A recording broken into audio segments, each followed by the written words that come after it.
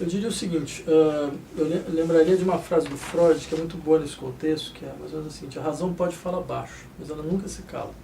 Né? Dizer, eu acho que o capitalismo, como um modo de organização dos desejos, ele é um modo de organização que não elimina todo e outro qualquer desejo que lhe seja contraditório. Ele tenta agenciá-lo em algumas circunstâncias, ele tenta fazer com que eles se calem em certas circunstâncias, mas ele nunca consegue eliminar por completo. Né? Então acho que faz parte da experiência política saber, analisando o contexto de situações, fazer apelo a esses desejos que de uma certa maneira nos colocam fora da experiência do capitalismo.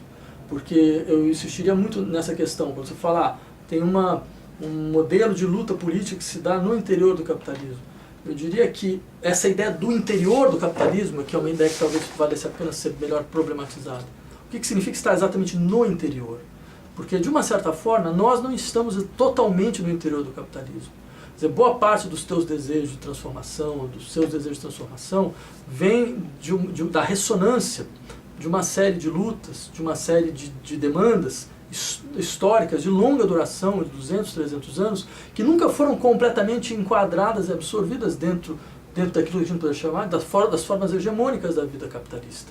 Certo? Então, de uma certa maneira, elas se perpetuam na sua insatisfação, elas se perpetuam na sua inquietude em relação, que te produz um certo sofrimento, certo? E esse sofrimento que te faz, de uma certa maneira, se politizar e voltar-se contra o sistema capitalista, acreditar que é possível uma transformação estrutural. Né? Então eu diria, é importante pensar nisso, porque senão é muito fácil nós entrarmos numa espécie de discurso muito defectista. Né? Tipo, bem, em última instância, o capitalismo ele funciona não só como sistema econômico, funciona também como uma forma de desejar, ele consegue de uma certa maneira organizar nossas formas de desejar, então em última instância, bem, para onde nós vamos correr? Por exemplo, quando eu falei dever é uma forma de desejar, né? Era simplesmente para lembrar, o desejo ele se fractaliza, certo? Ele está de um lado e está do outro. Quer dizer, existe um desejo que vai alimentar uma ideia normativa extremamente alienante de dever, né? Mas existe um outro que vai sentir essa ideia como sofrimento, certo? O problema é a gente transformar o desejo em uma categoria ontológica monológica, entendeu? Como o próprio singular é ruim nesse sentido, né? O desejo. Né? Então, como se ele tivesse uma direção.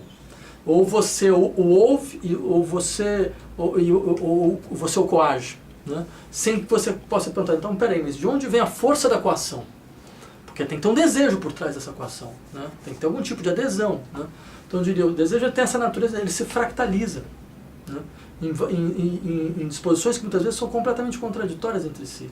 Cabe à sensibilidade política saber se apoiar nesses pontos que ao ganhar mais força pode fazer com que uma situação de estabilidade ruim, de infinito ruim, seja quebrada.